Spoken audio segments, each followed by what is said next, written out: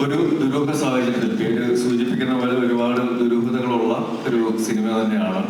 പക്ഷെ ആ ദുരൂഹതകൾ സാധാരണ നമ്മുടെ മലയാളികളുടെ ദൈനംദിന സംഭാഷണത്തിൽ വരുന്ന ഒരു വാക്കാണ്, അല്ലെങ്കിൽ യൂസ് ചെയ്യുന്ന ഒരു വാക്കാണ് ദുരൂഹ സാഹചര്യം എന്നുള്ളത്. കൂടുതലും ഗൗരവമേറിയ സാഹചര്യങ്ങളാണ് നമ്മൾ ആ വാക്ക് ഉപയോഗിക്കാറുള്ളത്. പക്ഷെ ഇതില് ഈ പടത്തിലെ ഈ ദുരൂഹ സാഹചര്യം എന്ന് പറയുമ്പോൾ അതില് ഗൗരവമേറിയ വിഷയത്തോടൊപ്പം തന്നെ നർമ്മവും അല്ലെങ്കിൽ ആക്ഷേപഹാസ്യവും, പിന്നെ പൊതുവെ നമ്മൾ കണ്ടിട്ടുള്ള രതീഷ് ബാലകൃഷ്ണ പൊതുവെ സിനിമകളിൽ നിന്നും എന്തെങ്കിലും വ്യത്യസ്തമായിട്ടുള്ള സാധനം ഉണ്ടെങ്കിൽ കുറച്ചും കൂടി ഒരു ആക്ഷൻ സീക്വൻസുകളും കൂടെയുള്ള ഒരു സിനിമയാണ് ഒരു ദുരൂഹ സാഹചര്യത്തിൽ. അപ്പൊ അതുകൊണ്ട് ഗൗരവമേറിയ സിനിമ എന്നതിലപ്പുറം അതിനോട് ഒരു നമ്മുടെ സമൂഹത്തിലെ പല കാര്യങ്ങളും ആക്ഷേപഹാസ്യ രൂപത്തിൽ പറയുന്ന, നർമ്മത്തിൽ കലർന്ന് പറയുന്ന, കുറച്ചുകൂടി ഇമോഷണൽ കോഷ്യൻ്റുള്ള ആക്ഷൻ സീക്വൻസുകളുള്ള ഒരു സിനിമയാണ് ഒരു ദുരൂഹ സാഹചര്യത്തിൽ. അതെല്ലാവർക്കും ഇഷ്ടപ്പെടുമെന്നുള്ള വിശ്വാസത്തിൽ അതിന് വേണ്ടിയിട്ടുള്ള എല്ലാ എഫേർട്ടും ഞങ്ങളെടുത്ത് ആത്മാർത്ഥമായിട്ട് ചെയ്തിട്ടുണ്ട്.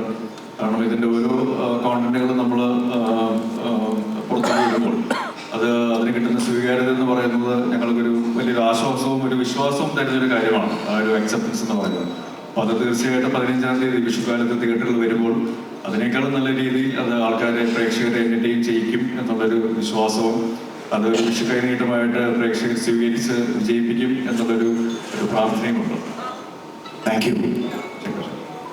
അതുപോലെ തന്നെ ഞങ്ങൾ നേരത്തെ ഇന്റർവ്യൂ ചെയ്തപ്പോൾ ജാഫറൊക്കെ പറഞ്ഞൊരു കാര്യമുണ്ട്, ഇതിൽ ഹെയർ സ്റ്റൈലിനെ പറ്റി ഞങ്ങൾ ചോദിച്ചു. വളരെ വ്യത്യസ്തമായിട്ടുള്ളൊരു ഹെയർ സ്റ്റൈലാണ്. അപ്പൊ റോളിനെ പറ്റി ഒന്ന് പറയൂ ജാഫറിക്ക. അതായത് റോളിനെ കുറിച്ച് ഞാൻ പറഞ്ഞു. ഇപ്പം ഇതല്ല, ആദ്യമല്ലായിരുന്നു ഇത്. എൻ്റെ പേര് ഈ സിനിമയിൽ ജാഫർഖാൻ തന്നെയാണ്, ഇടുക്കിക്കാരൻ തന്നെയാണ് ഈ സിനിമയിൽ ഞാൻ. പിന്നെ എനിക്ക് ഡയറക്ടർ ആദ്യം ഒരു പടത്തിൽ അദ്ദേഹത്തിൻ്റെ കൂടെ കനകം കാമിനി കനകം അതിനകത്ത് അഭിനയിച്ച ഒരു പരിചയമുണ്ട്. അതുകൂടാതെ ആ ടൈം തൊട്ട് എനിക്ക് കുറച്ച് ആത്മബന്ധമുണ്ട്. പിന്നെ നമ്മുടെ സ്റ്റീഫൻ സാർ എനിക്ക് ഇടയ്ക്കിടയ്ക്ക് പടം തരുന്ന ഒരാളാണ്. അദ്ദേഹം എല്ലാവരും ആലോചിച്ച് പറയും. അതുപോലെ തന്നെ നമ്മുടെ നായകൻ സാറും എല്ലാവരും കൂടി വിളിച്ചിട്ടാണ് എല്ലാവരും കൂടെ ആലോചിച്ച് പറയുകയാണ് ഞാൻ ഈ സിനിമയിൽ ചെയ്തത്. എനിക്കൊരു നല്ല വേഷമാണ് ഇതിനകത്ത് തന്നിരിക്കുന്നത്.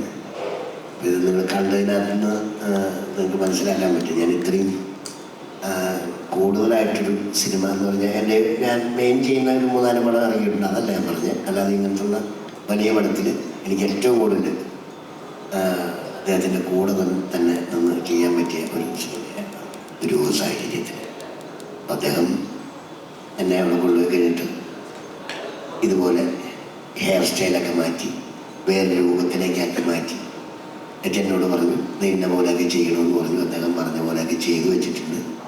അപ്പം ഒരു സാഹചര്യത്തിൽ വിഷുവിന് ഇറങ്ങിയാണ്. എല്ലാവരും ഈ പടം കാണണം, കണ്ട് ഞങ്ങളെ സഹായിക്കണം എന്നാണ് എൻ്റെ സൈഡിൽ നിന്ന് ഞാൻ പറഞ്ഞത്.